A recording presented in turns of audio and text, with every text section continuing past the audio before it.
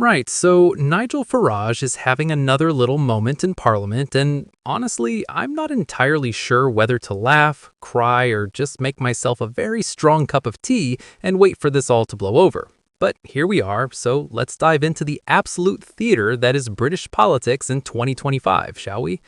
Picture this. It's midday on a Wednesday. The House of Commons is buzzing. MPs are filing in for Prime Minister's questions, that weekly gladiatorial contest where our elected representatives pretend to hold the government to account while mostly just shouting at each other like teenagers arguing over the TV remote. And where is Nigel Farage, the leader of Reform UK, the man who's made a career out of being exactly where the cameras are? He's sitting in the public gallery. Not in the chamber where he's supposed to be, not at his designated seat. No, no, no. He's up in the cheap seats with the tourists and school kids, staging what can only be described as a political sulk of truly magnificent proportions. Because according to Nigel, PMQS is rigged. Rigged! Now, I don't know about you, but when I hear the word rigged, I think elections and dodgy dictatorships, carnival games at the fair, or maybe that one mate's fantasy football league where somehow they always get the players they want. But PMQs? The same session that's been running since 1871 with essentially the same rules? Apparently, that's now rigged too. And who's doing the rigging? Labor. Of course it's labor, because in Farage's world, if something doesn't go his way, someone must be pulling strings behind the scenes. Now, let's be absolutely clear about what's actually happening here, because context matters, even when it's deeply inconvenient for someone's narrative. PMQs has a structure, a boring, procedural, very British structure. The Prime Minister takes questions from MPs for 30 minutes every Wednesday. Kemi, as leader of the opposition, gets 6 questions. That's not because she's special or because Keir Starmer particularly enjoys sparring with her. It's because the Conservatives are the largest opposition party. They've got the numbers. Ed Davey gets 2 questions because the Liberal Democrats are the 3rd largest party in the Commons. Again, it's about numbers, MPs in seats. Basic parliamentary arithmetic that even I understood before I started this channel, and trust me, I failed GCSE maths twice. Reform UK has 5 MPs. 5. Not 50, not 500, 5. So Nigel doesn't get weekly questions. He gets called occasionally, just like backbenchers from every other party. And yes, before you ask, that does mean sometimes he gets attacked during PMQs and can't immediately respond. Welcome to being a backbench MP, Nigel. It's almost like winning 1 seat in Clacton after 7 failed attempts doesn't automatically grant you special privileges in Parliament. Shocking, I know. But here's where it gets properly entertaining. This isn't even the first time Farage has pulled this stunt. Back in October, he did exactly the same thing. Sat in the gallery, issued the same complaints, got the same amount of media attention, and presumably went home feeling very pleased with himself for sticking it to the establishment. Which is quite funny when you remember that Nigel Farage is the establishment. The man's been in politics longer than some of his supporters have been alive. He was a member of the European Parliament for 20 years. He's appeared on Question Time more times than David Dimbleby's had hot dinners. He's mates with Donald Trump. But sure, Nigel, you're the plucky underdog fighting the system from the outside. Absolutely. The irony here is so thick you could spread it on toast. Farage built his entire brand on railing against the European Parliament, an institution where he actually had significant power and influence as an MEP. Now he's in Westminster, discovering that being one of 600 MPs means you don't automatically get to monopolize the conversation, and apparently this is an outrage.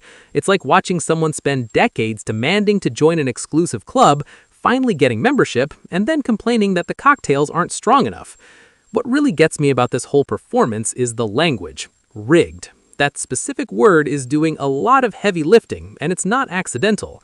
When you say something is rigged, you're not just saying it's unfair or that you disagree with the rules. You're saying the entire system is fundamentally corrupt, that democratic processes are a sham, that nothing can be trusted. It's the same rhetoric we saw after the 2020 US election, the same conspiracy-flavored vocabulary that turns every disappointment into evidence of a grand plot against you.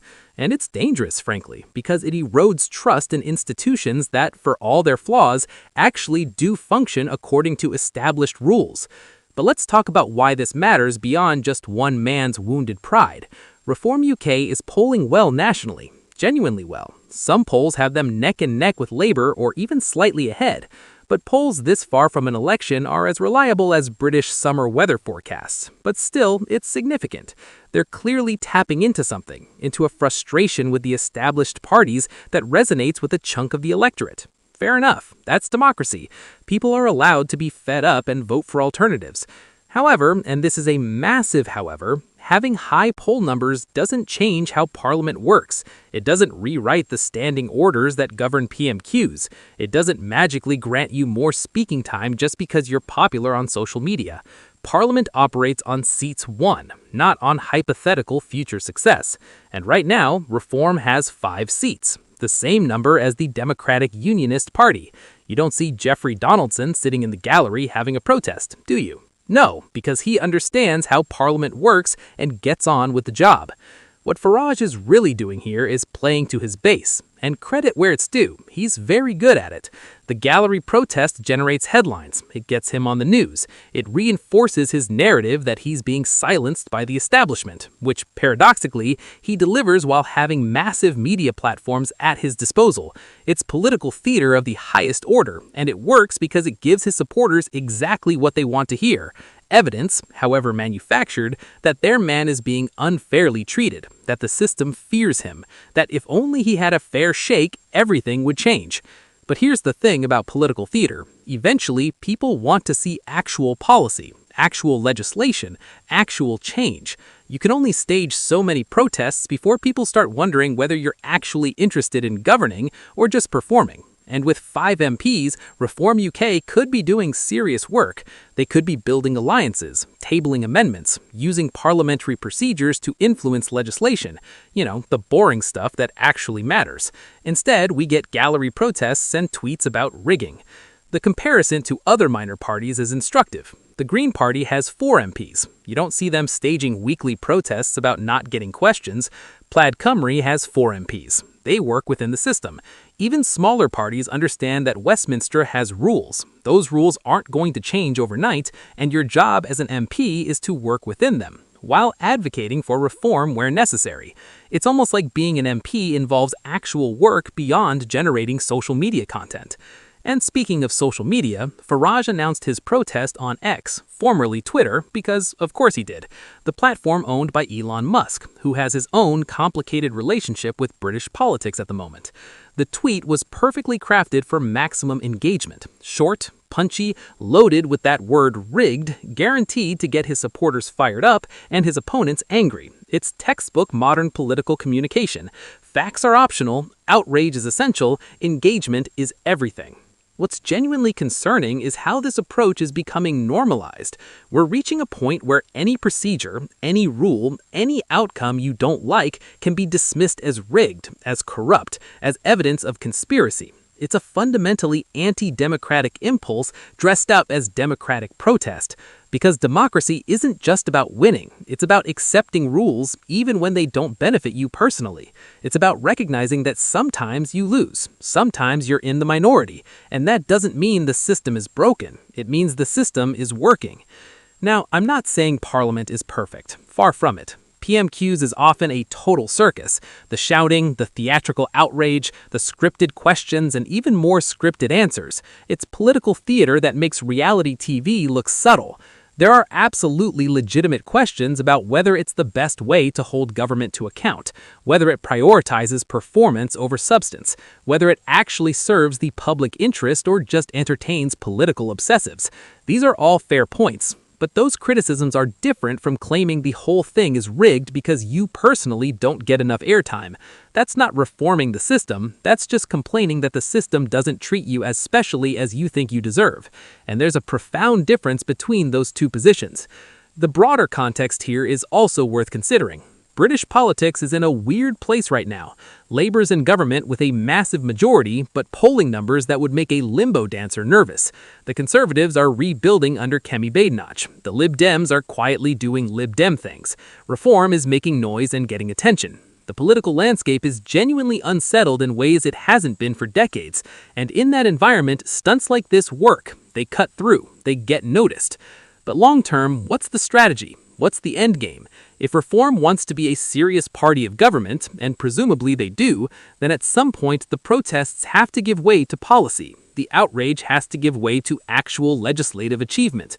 You can't govern a country from the public gallery. You can't pass laws by tweeting about how unfair everything is. At some point, you have to do the work. And maybe that's the real issue here. Maybe Farage is more comfortable as the outsider, the rebel, the man shaking his fist at the establishment than he would be actually wielding power and being held accountable for it. It's a lot easier to criticize than to govern, a lot easier to point out problems than to solve them. And staging protests keeps you in that comfortable space where you can claim to represent the people's frustration without ever having to demonstrate whether your solutions actually work. So where does this leave us? Well, with Nigel Farage sitting in the public gallery feeling very pleased with himself, a bunch of headlines about rigged PMQs, and absolutely no